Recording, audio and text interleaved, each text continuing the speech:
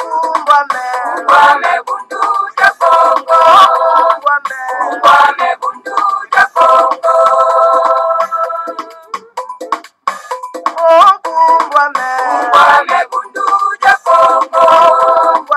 Kumbame bundu ja Kongo.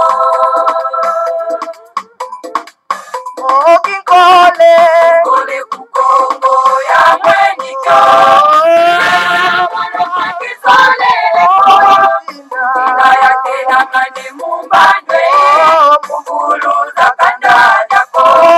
Mukuluza kanda ja Kongo.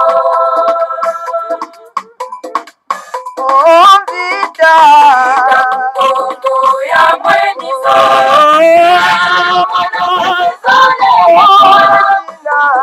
Tela mane mumbandwe. Mwana vita ku Kongo. Mwana vita ku Kongo.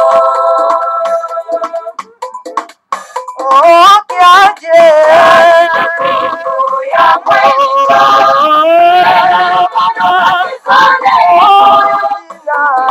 Tela mane mumbandwe. Konga kanda ja Kongo. Konga kanda ja Kongo. Tombe Kongo ya mwenyika.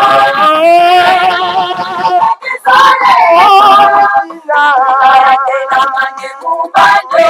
Konga tembe ku Kongo. Konga tembe ku Kongo. Kumbame bundu ja Kongo.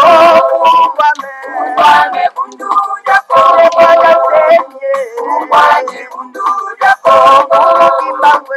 Kumbame bundu ja Kongo. Kumbame bundu ja Kongo. Kumbame bundu ja Kongo. Kumbame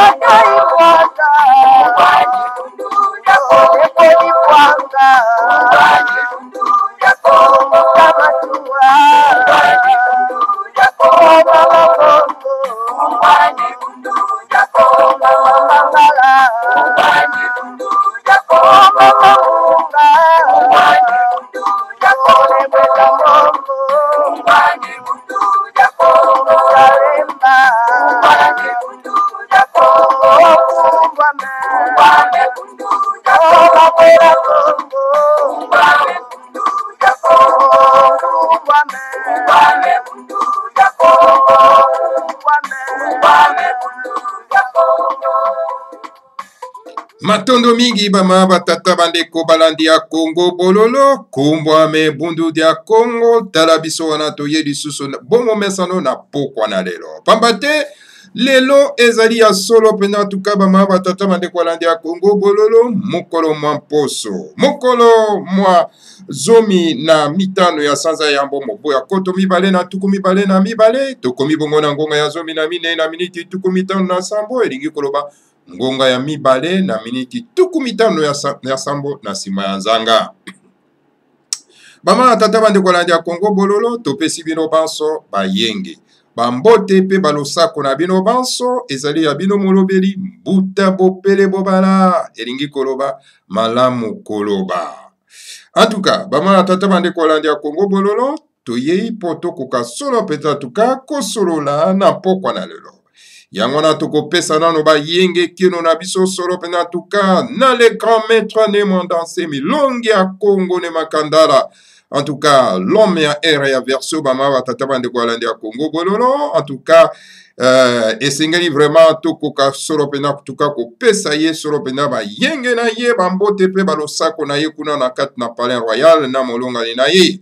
Alors bama batata bandeko balandi ya Kongo bololo toyoka obeya na sango ete bantu mwa bayaka bayaki basali musala balakisi bato toyoka mbuluski mbango ayaki toyoka kaka mais tala biso na ero ya verso tozo vivre vraiment en tout cas ntumwa bama batata bandeko balandi ya Kongo bololo bama batata bandeko en tout cas au grand plaisir esengo mingi bama batata bandeko esengeli solo pena en tout cas kopesaka ye toujours banguya bamama batata bandeko po ete akoka kokoba mission na ye, mission périlleuse et difficile bamama batata bandeko balanda ya Congo bololo. Alors donc il faut toujours kolendisa ye bamama batata bandeko aza toujours na bopikiliki mpona kokoba solo mpena en tout cas mission na ye. En tout cas bamama batata bandeko voilà tozali mpe kotombela solo mpena en tout cas bino banso balandi ya Congo bololo. Boyo bo partageaka Congo bololo bolandaka biso na bokebi nyonso toza kopesa bino mpe bayenge kieno na bino bambote na bino bama tata bandeko balanda ya Congo bololo. Yango wana en tout cas tozali kopesa bayenge na biso solo mpena en tout cas na mbuta na biso mbuta saka meso kuna na mboka ya Pumbu na Kinshasa bama tata bandeko tozali kopesa bayenge na biso bambote na biso solo mpena en tout cas na mbuta na biso mbuta mambote oyo a facilité ka biso vraiment tâche très rapide pour na information bama tata bandeko balanda ya Congo bololo tozali kopesa bayenge na biso en tout cas na yaya na biso yaya Maimuna awa na kati na mboka ya ba français yaya Maimuna bayenge na yo en tout cas le grand défenseur n'est-ce pas il y a le grand maintenant mandaté mais donc une femme au milieu des hommes en tout cas au Pesimbwambwa lobi en tout cas Soso Kamata en tout cas tozali kotombela solo pena en tout cas mokolo molamu solo pena na mbuta lukeni intervenant monene na kati na ngulupa na kati na réseaux sociaux tobengi solo pena en tout cas bwana ya baindo epapi topesi mbuta ramazani mokonzi na bwana ya baindo topesi bayenge bambote na ye alo mbuta ramazani esengeli kofuta biso na kati na Congo bolo parce que tosali publicité ya bwana ya baindo mbuta ramazani alors topesi solo pena en tout cas bayenge na biso solo pena en tout cas l'homme de la contradiction na kati na bwana ya baindo na kombo ya mbuta bilonda chambui l'homme de la contradiction ya monaka nyonso tu kaka il faut contredire en tout cas matono mingi en tout cas balandi ya Congo bololo en tout cas tozali kokoba pona mokolo malero tobosani te pe kopesa bayenge na biso kuna en tout cas na epapi tokendaka solo pena en tout cas pupola kuna en tout cas na lisanga ya Rams News TV oyo ekambami solo pena na mbutantoko oyo azalaki solo pena ancien consultant ya radio Lobiko radio Katiopa en tout cas ye wana sazonga solo pena na kati na Katiopa kuna na Congo diantotela en tout cas mbutantoko tobasanite en tout cas grand combattant monene Mbuta Kimbembe oyo bapupolaki solo pena kuna na kati na bwanya baindo po abandaki kopesa bwanya ya makasi tro alors babi te moto oyo akoya ko détruire oyo tobengi solo pena kukele parce que kukele oyo ezali tout simplement makambo oyo kokoti pondu ya bitutu alors Mbuta kukele sans pitié aza ko frapper très fort alors talaka l'injustice c'est ça les mina katina. En tout cas voilà Mbuta Kimbembe topesio en tout cas bayenge kuna na mboka ya Sud-Afrique. Alors bama tata bande ko sans plus tarder to kotana na masolo mabiso to memeli biso to memeli bino bien sûr na poko na lelo. En tout cas tozali koloba ce qui se passe non pas na Congo Kinshasa plus particulièrement na Kinshasa bama tata bande ko landa Congo bololo la République a démocratisé du Congo.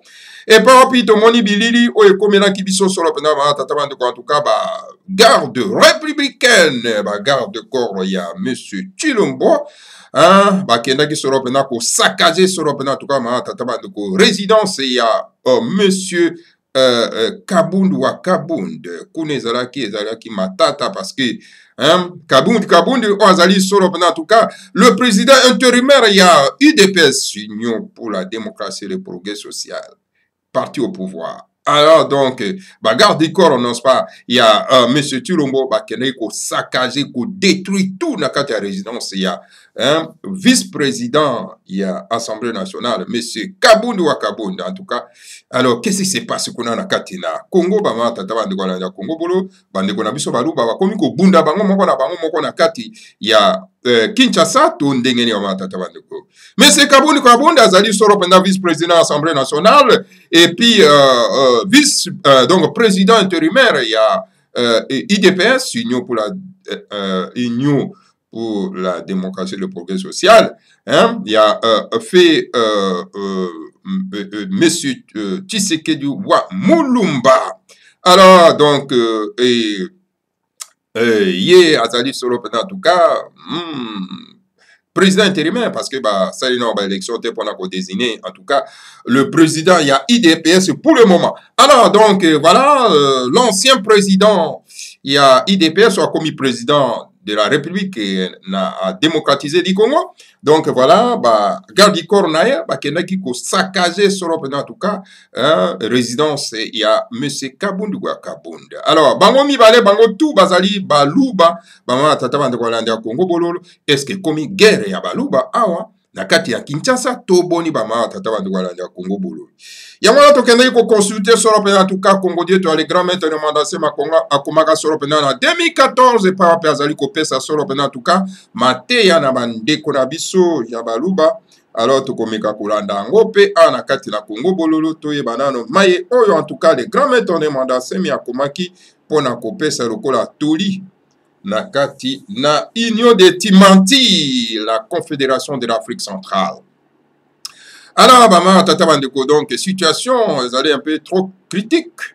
Tokoye bandeni suite nango ekozala tata bandeko la Congo bololo. Alors, sans plus tarder, tata bandeko tozali ko senga na bino solo pendant en tout cas l'adhésion massive na kat na Bundu Diamayala. Bundu Diamayala, les partis politico-religieux, il y a le grand maître de mandat Semi. Alors, donc, vous voyez très bien, Bundu Diamayala ne bénéficie aucune aide financière de la part, il y a autorité, il y a la République a démocratisé du Congo. Alors, pour que vraiment Bundu Diamayala amène à bien son combat de la libération, il y a Mboka, il y a bonne gouvernance, il y a État fédéral, et c'est qu'il faut participer financièrement pour été et qu'on soit Gouya, il y a Bunda Bitumbanaye, il y a bonne gouvernance. Alors, il y a un toza ko senga na adhésion massive na bino na katina Bundu Diamayala. Alors, pour qu'on s'adhérer, et c'est qu'il faut consulter sur le bon moment, sur en tout cas, Mbuta Nabiso, Mbuta Sakameso, ye azali moko, ya cadre, ya Bundu Diamayala, tata kwa la Congo bololo. Alors, donc, tu peux couper sa vidéo numéro de téléphone 00243 81 26 88 008 00243 81 26 88 008. Alors, vous consultez Mbuta Nabiso, Mbuta Sakameso, ou azali cadre ya Bundu Diamayala pour na adhésion nabino. Alors, aide financière nabino, zali sur le plan na bosenga, tata bandegolanda Congo bolo, boyebi les grands maîtres de mandat, ne travaillent pas, ne bénéficient aucune aide financière de la part du gouvernement central. Alors, donc, alors pour que amener à bien son combat, pour comme la biso ba Congo dieto, et sengeli solo pendant dans la moyen, alors comme ça, et sengeli to koka solo pendant qu'on pèse les grands maîtres de mandat, l'appui matériel et financier pour été à koka solo pendant qu'on mène à bien son combat, oyo ayena ngo ya libération, ya bana somi ya mboka Congo, bana ya lisanga yantimanti, l'union de la Confédération de l'Afrique centrale. Alors, na yango tata bande kolanda Congo bololo, donc force na écoute pas na biso, et pas na yo, et pas na ngai, oyo zo kolanda biso. Alors, donc, moi di héros na yo ezali na bosenga mingi, donc tout fait nombre pour na kopesa, pour na kofinancer, en tout cas, Bundu Diamayala, Bundu Dia Congo, oyo ezali solo pendant en tout cas, lingomba monene oyo eko libéré solo pendant l'Afrique centrale. Alors, nakanisi mikolo mezali koya, toko yamba solo pendant en tout cas les secrétaires généraux ya Bundu Diamayala, oyo azali nouvellement donc choisi, donc à passer en tout cas na kati ya Congo bololo, nakanisi faisait la semaine prochaine bien sûr. Alors toko la date toko pesa pote akwa koleka pour la première fois na kati na Congo bololo. Alors voilà, tata bande ko sympathisants, partisans, membres, adhérents et sengeli totia maboko na libenga pona ko aider n'est-ce pas notre parti cher qu'on appelle Bundu Diamayala. Voilà, tata bande ko voilà oyo na ko lancer bino mbela yango wana boma na yete, boma na kimiate, botika ko bebisa ba mbongo na bino pamba epa ya ba pasteur. Bazane lokote, botika obebisa mbongo na bino kuna. Bozo bebisa pamba. Boko regrete, kala mingi te. Mikole komi ya kotanga nazo ebisa bino. mikolo ekomi ya kotanga bokoregrete bambongo wana bozwa kopesa bapaster bapere spirituel na bino oyo baza na bangomba ya bapaya oyo baza kosimbaka biblia bokoregrete mabe ntango bokoya kokanisa bambongo na bino nyonso tu bobebisi wana eke boabutir na eloko te alors donc bokokoma na bokono makasi mpona koregrete mosolo bobebisi wana. Investir na kati ya bundu ya Congo parce que c'est la seule organisation oyo ekotombola solo mpenza en tout cas l'union de Timanti oyo ekotombola bino moto moindo. Alors investir awa na kati ya bundu ya Congo, investir epai ya le grand maître de Mwandasemi boko regrete te parce que ezali promesse ya tata nzambe apon tulendo. Botika kobebisa bambongo na bino epai bapaster charlatan baza kosambela satana na likolo batie kombo ya Christ oke nase bazosambela satana. Botika kobebisa mbongo na bino kuna pamba. Malheur à tous ceux qui comprennent toujours en retard. Muto muindo comprendaka toujours na retard. Yaka ko investir na kati ya bundu ya Congo. Yaka ko investir na kati ya bundu ya Mayala. Yaka ko investir par le grand maître de Mwandasemi. C'est lui le longi promis par Mvulus Kimbango. Botika kolanda bato oyo bazokosa bino, bazo ko utiliser ba émotion na bino, bazokosa bino. Venez ici. Le grand maître atondi na cœur d'amour akoyamba bino soro pena na boboto nyonso. Boya. Voilà bama batata bande kolanda Congo bololo. Donc moi muke tokoyi kopesa bino yangwana. Donc, concernant solo en tout cas, appel auto lancé pour la bino pour été beaucoup à solo en tout cas, koya na kati na bundu dia Congo et bosadire masibé na kati na bundu dia mayala. Alors tolobaki bolimbisi tolobaki awa likambo ya guerre o ezali kolika solo en tout cas entre Monsieur Chilombo et Kabundu wa Kabun, wazali vice-président de l'Assemblée nationale. Alors, qu'est-ce qui se passe? Balu balingi ba beta na makofi na Kinshasa to ndenge ni bama tata bani balingi ba kabwana to boni bama tata bandeko ezali kama monene oyo komili bandeko na biso kuna bama tata bandeko landa Congo bololo. Alors na yango biso tango to monaka événement chaque fois tokenda ko consulter ba Congo dieto écrit par le grand maître de Mwandasemi. Le grand maître de Mwandasemi akomaki Congo dieto na 2014. Mon message au peuple kassayen de l'union de Timanti. Message. Il y a le grand maître de Mwandasemi au peuple kassayen. Le grand maître alobi, la sagesse Congo enseigne que Kindo Kela Mumbwesa Diela. Alors, Engi Kolobani. Engi Kolobani. Nous avons donc ici, il répète encore, tout en disant que Kibusi, Kiankento, Kiankongo, Tuakwedisa, Kwa Nkulu, Nsanga Lubango. Nous avons marié une sœur Mukongo à l'ancêtre Lubango. Chez les Bena-Congo, Nsanga est un nom de clan qui porte les Bakongo, descendants de l'ancêtre Tsaku Nemvunda, je veux dire Bolimbisi, les grands prêtres, autrement dit Omutombo.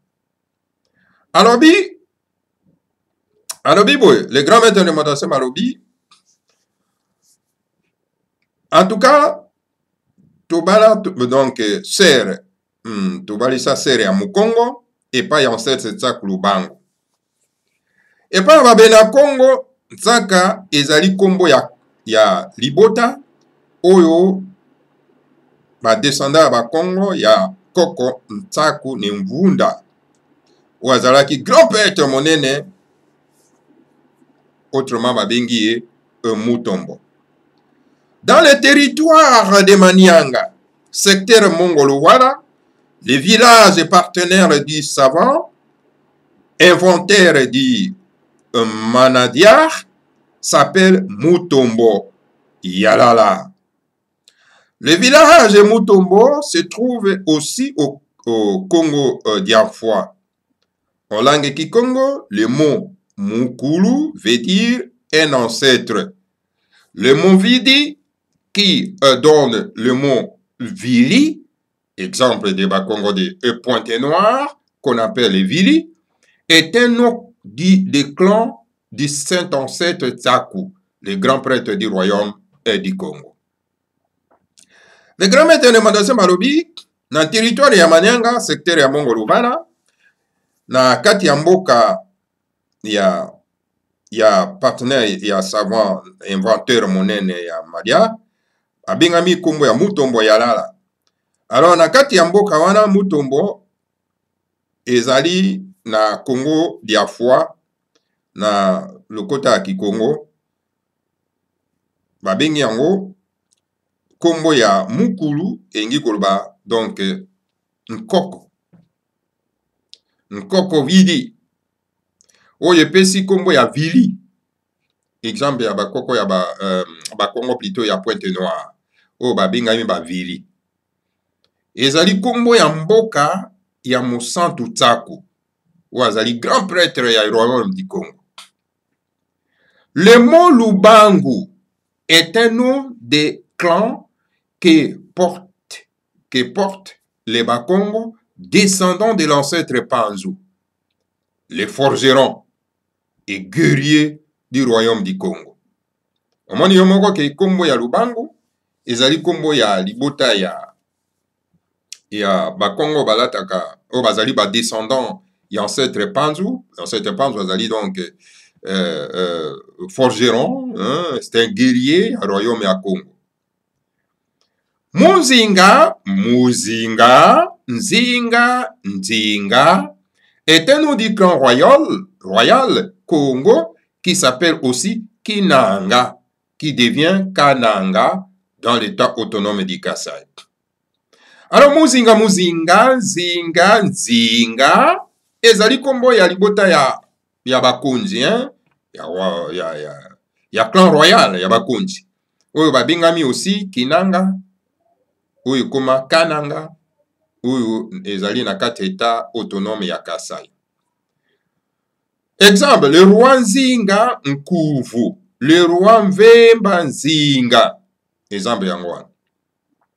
L'ancien président Kasavubu était un descendant du clan royal Kinanga, donc Kananga. Alors, l'ancien président Kasavubu, on voyait très bien, azalaki descendant, il y a libota ya bakonzi, Yankumu, ya Kinanga, autrement dit, Kananga. La sagesse Congo dit qu'il y a un Dieu unique au ciel. Mais ce Dieu a trois premières qualités qui sont l'amour, l'intelligence et le pouvoir. Alors, na lolenge ya kotalela mokili ya Bakongo, elobi na biso ete Nzambe azali obe moko na likolo. Kasi Nzambe azali na ba trois qualités na ye, na trois attributs na ye. Attributs misato. Bolingo, c'est-à-dire l'amour, l'intelligence, c'est-à-dire boanya pe mayele, et le pouvoir, bokonzi. Tata Nzambi Kalunga, c'est Dieu en tant que l'amour qui conserve et garde l'univers créé. Tata Nzambi Kalunga, ezali Nzambe oyo atondi na bolingo, oyo azali ko bomba solo pena tuka maemaso oyo ye akela. Tata Nzambi Mbumba, Dieu créateur, ce Dieu en tant qu'intelligence. Tata Nzambi Mbumba, ezali Tata Mokeli, ezali Nzambe oyo atonda solo pena na bwanya pe mayele. Et Tata Nzambe Mpungu, c'est Dieu en tant que pouvoir qui gouverne l'univers. Prenez le nom Mpungu, laissez tomber la lettre P et vous aurez le nom Mungu, qui est le nom de Dieu en langue swahili. Tata Nzambe Mpungu, ezali solo pena en tout cas nzambe oyo atondi na nguya oyo azali kokonza solo pena likolo na se. Alors zwa nkombo ya mpungu longola lettre P eke okotikala na nkombo ya Mungu. Mungu ezali ndenge baswahili babengaka nzambe ya mpungu tulendo. Les ancêtres de Lulua adoraient Dieu créateur sous le nom de Mbumba. En langue kikongo, Mbumba veut dire le créateur. Bakoko ya balulua, bango babandaki solo penda en tout cas kosambela nzambe, ekili likolo na se na kombo ya Mbumba. Na lokota la kikongo, Mbumba elingi koloba mokeli. L'arc-en-ciel se dit, en langue kikongo, Congolo, qui devient Congolo, donc Congo et l'eau, autrement dit Congo et l'eau. L'arc-en-ciel. Na le côté à Kikongo, Congolo, et comme solo en tout cas Congolo, tengi koloba Congo et l'eau, autrement dit Congo et l'eau. Un Congo est un habit, un initié qui est devenu arc-en-ciel spirituellement par son aura. On dit un Congo ezali un habit, c'est-à-dire que moto oyo solo pena en tout cas ezali initié. Oyo a commis un arc-en-ciel. Spirituellement, a commis un arc-en-ciel spirituellement. Tant que ça va bien que Bundu dia Congo ezali école d'initiation pour na kota na nzila Congo. Alors bako initié bino ezali ba nabi Congo. Bato ba un nabi Congo akoma donc un arc-en-ciel. Oya tondi na connaissance monene ya bonzambe ba ma batata bande kwa ya Congo bololo. Plus loin, la même sagesse Congo enseigne aux adeptes de Bundu dia Congo que les liens de sang ne meurent pas. Omonika yomoko que sokoke na musika na lolenge ya kotala mokili ya Congo ezali ko te ya biso ete na badepte ya Bundu ya Congo ete les liens de sang donc bolingo wana ya makila ekufaka te. Bolingo ya makila ekufaka te. Les Bakongo et les Baluba ont donc un lien de sang qui ne meurt jamais, disent les Nabi Congo, les initiés Congo. Alors na yango Bakongo na Baluba bazali donc na lien de sang oyo eza kosangisa bango oyo ekoki kokufa te. Ndenge ba Nabi Congo balobaka, ndenge ba initié Congo balobaka. Donc relation na bango ekoki kokufa jamais. Mama tata bande kwa landi ya Congo bololo. Peuple dit Grand Kassai, voici le message. Que vous soyez Moluba, Mululua ou Mukuba, vous avez tous un lien de sang avec le peuple Bena Congo, donc avec les Bakongo de l'État autonome du Congo. Banaba Kassai. Nayango. Ozala Moluba. Ozala Mululua. Ozala Mukuba. Bozali bino yon surtout na ba lien de sang na peuple Bena Congo. Donc, na ba Congo. Il y a État autonome, il y a Congo. Vous êtes donc un peuple très précieux pour nous, les initiés Congo, et pour tous les peuples du royaume du Congo, qui connaît l'importance du lien de sang. Bozali vraiment bana ya motuya pona biso. Bozali bana motuya pona ba initié Congo. Pona bana yon surtout ya royaume Congo. o bayebi solo pendant l'importance ya makila.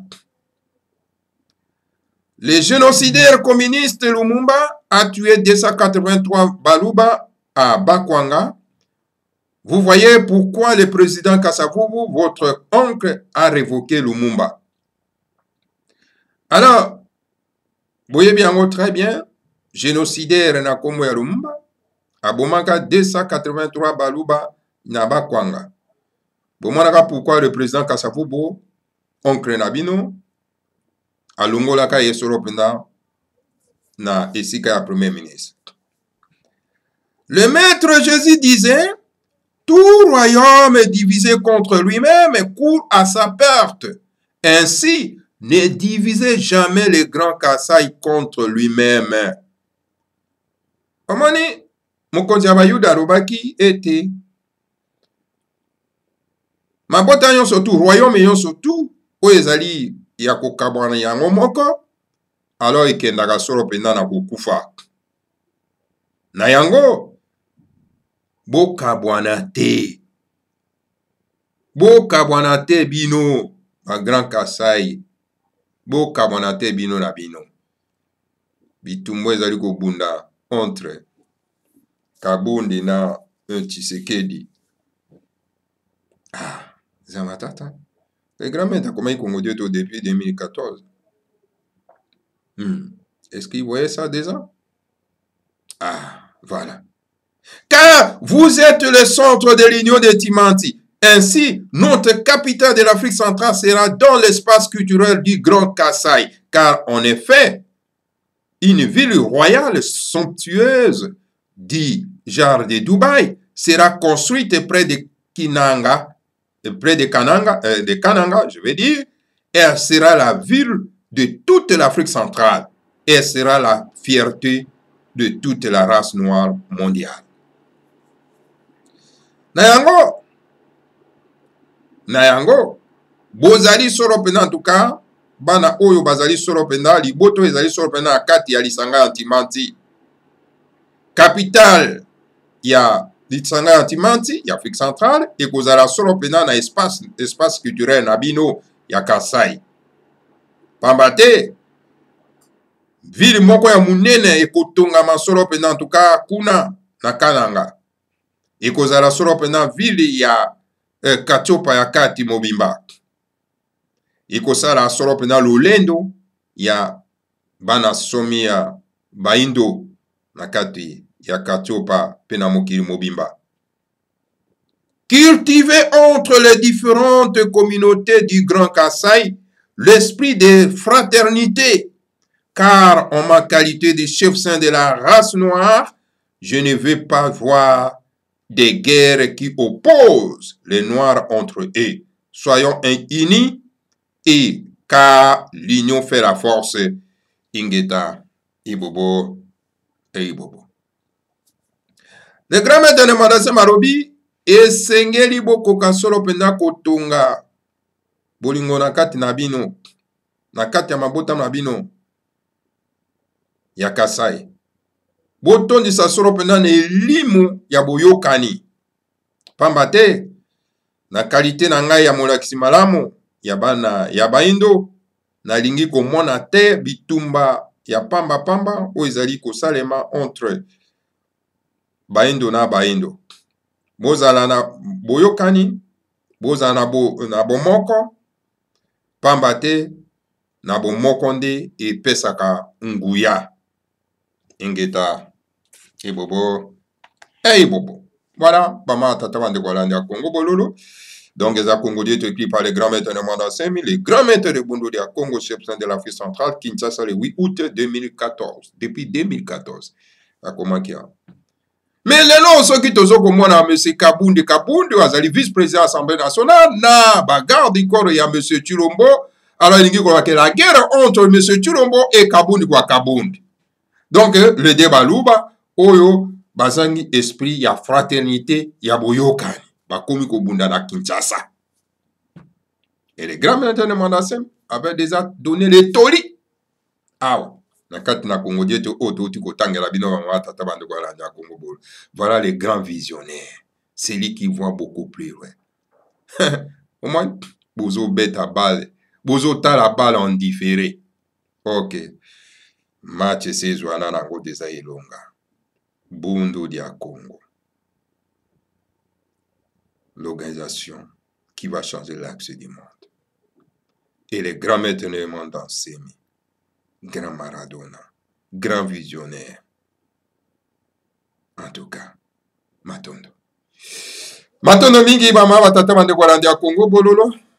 Mwa muke. Ona yaki pona ngona poko na lelo. Yango na tango na moni bitumba entre M. Kabundu wa Kabundu na M. Chilombo.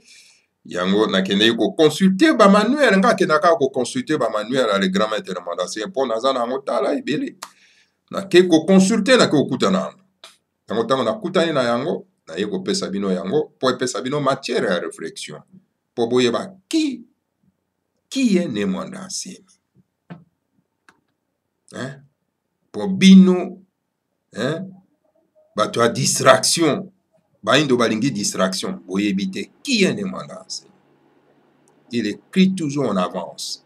Azan a longueur d'avance. Il y a des milliers et milliers de kilomètres. Nabino. Yangona moni ba ignorant dangereux ba qualifié les fous. Ouais, c'est tout à fait normal parce que moto azo mona musika ko le kabino, bino ozo mona ka na zolo. Alors bokobe ngai les fous. C'est ça tout à fait compréhensible, mais ezan mala muté kozala ignorant dangereux ndengwana. Et c'est un peu que ça l'effort pendant l'ignorance où ils en a kati na bino.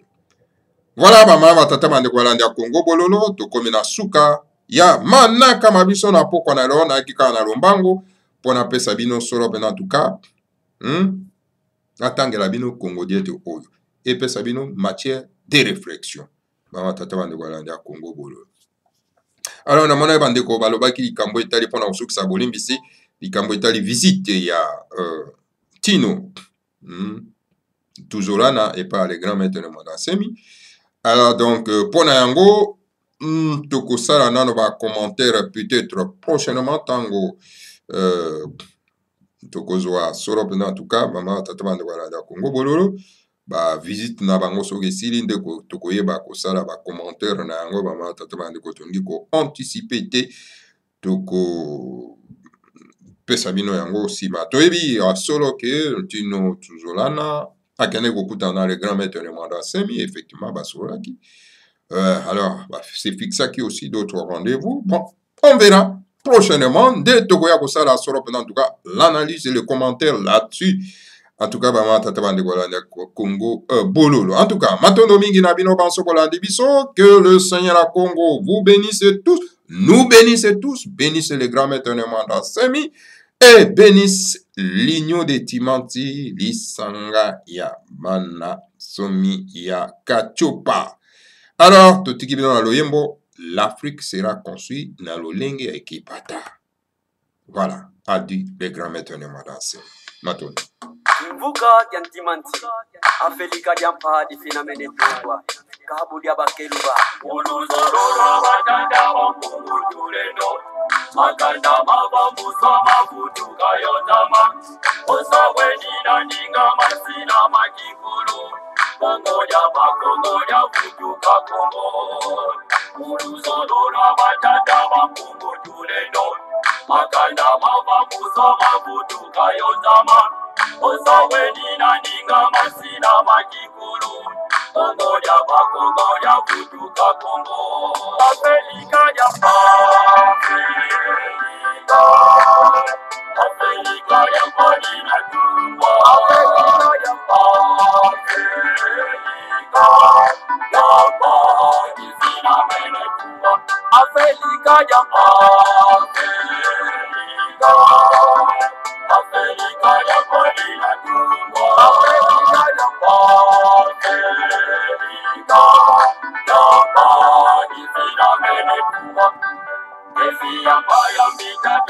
Wana kukongo Ipanza kya Kongo yekikuka kya Timanti Defi ya paya mbita keti wana kukongo Kongo ya bakongo ya futuka Kongo.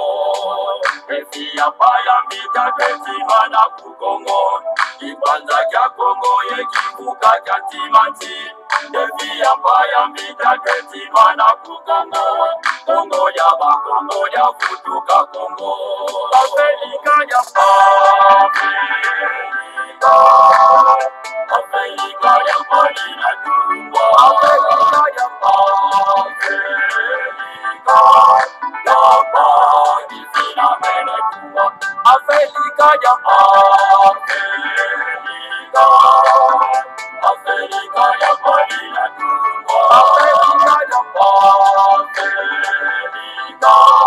Ya pali fina mene tumbo. Zakuza kuna tantuza sosina katula. Mulu solo batata mapungu tuleno. Sikumi na zone za kwanza zinatunga. Yevuka na mukivuka jantimati.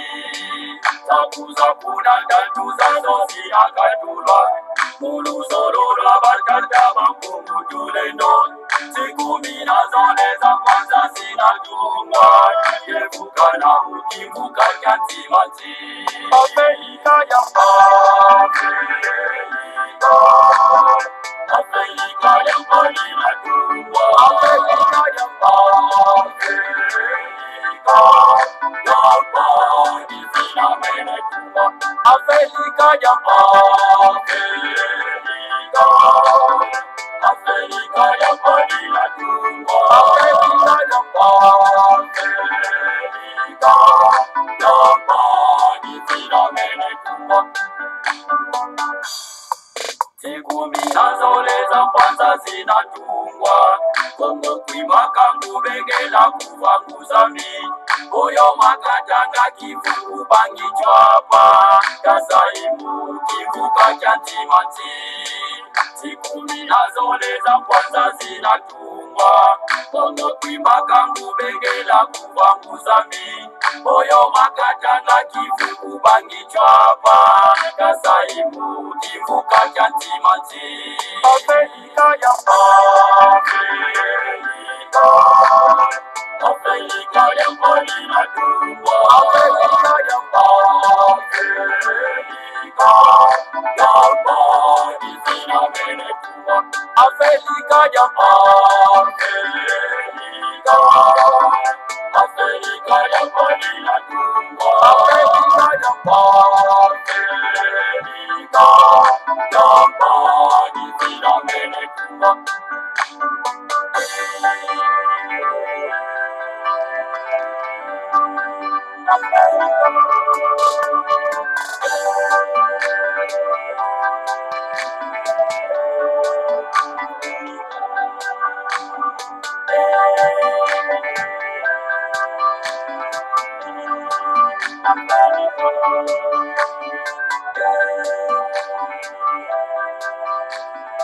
Africa.